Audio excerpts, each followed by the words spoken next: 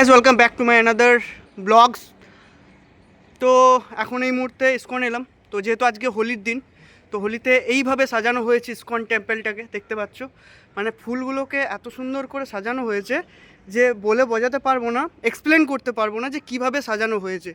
এবং এইটা নয়, পুরো ইসকনটাকে এমনভাবে সাজানো হয়েছে যেইখানে দেখা মাত্রই খুব সুন্দর করে একটা ফিল হচ্ছে।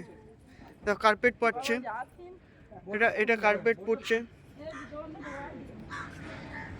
ইসকনটা একবার দেখিয়ে দিই।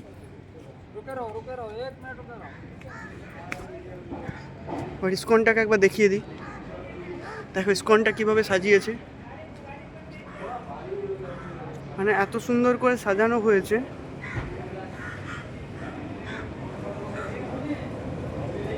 হ্যাঁ দেখো ইসকন এখন বন্ধ হয়ে গেছে, আর বাকি খুব সুন্দর করে সাজানো হয়েছে। আর যেটা হচ্ছে সব থেকে ফেমাস, দেন এই সাইডটা, আর দেন এই সাইডটা, এটা এখন মোটামুটি বন্ধ নেই, তো তবুও একটু করে দিই। এটা স্টেজ, এখানে প্রোগ্রাম হবে। আর বাকি দেখতে পাচ্ছ এত সুন্দর করে সাজানো হয়েছে জায়গাটাকে, মানে এটা অ্যাকচুয়াল ক্যাফে, ঠিক আছে। বাকি এইখানে যখন আমি ঢুকি, এন্ট্রি করি, তো ফিলিংসটাই অন্যরকম হয়।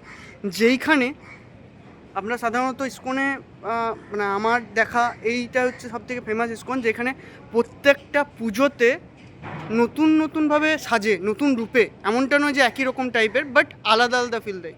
তো থ্যাংক ইউ, আবার নতুন কোনো ব্লগসে দেখা হচ্ছে।